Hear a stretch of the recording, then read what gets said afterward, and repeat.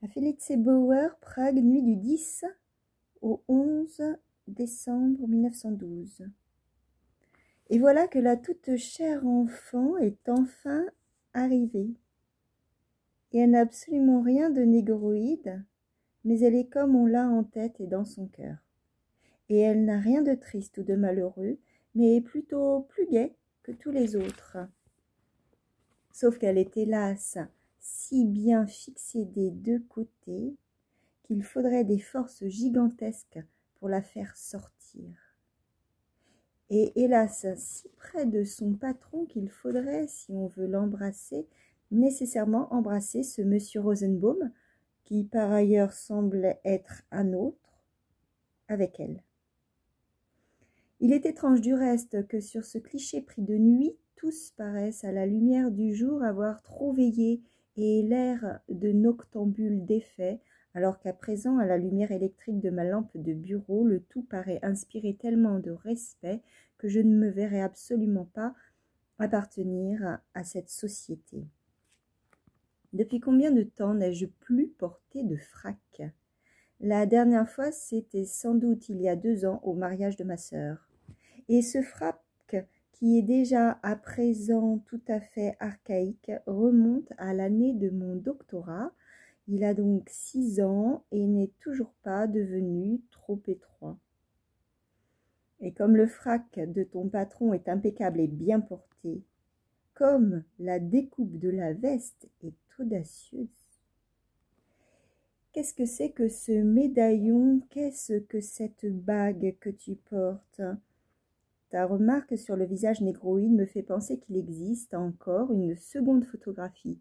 Est-ce le cas, imprudente chérie? La femme à côté de toi est probablement la femme d'un directeur. La main entre vous deux est sans doute la sienne. Mais où est donc ta seconde main? Et pourquoi tes 2 voisins te serrent-ils autant? En haut, ta robe est ourlée de dentelle, n'est-ce pas? À propos de cette photo, tu ne pourras jamais me donner assez d'explications.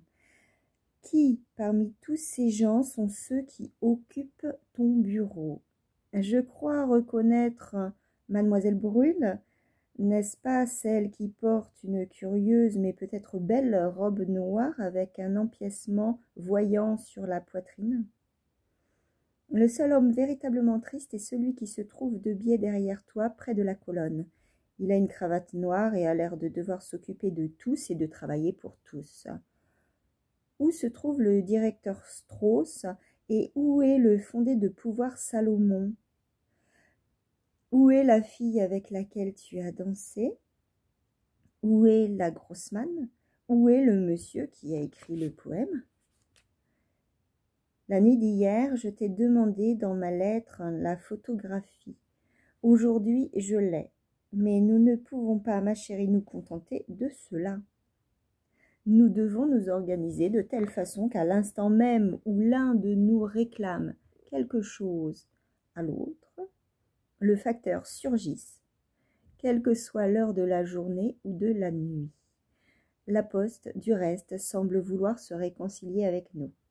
Aujourd'hui, le facteur a apporté le premier exemplaire relié de mon petit livre, je te l'enverrai demain, et avait en signe de connivence glissé le rouleau dans lequel était ton portrait dans le paquet qui contenait le livre. Mais c'est aussi là que mes vœux s'en vont toujours sans se réaliser. Franz.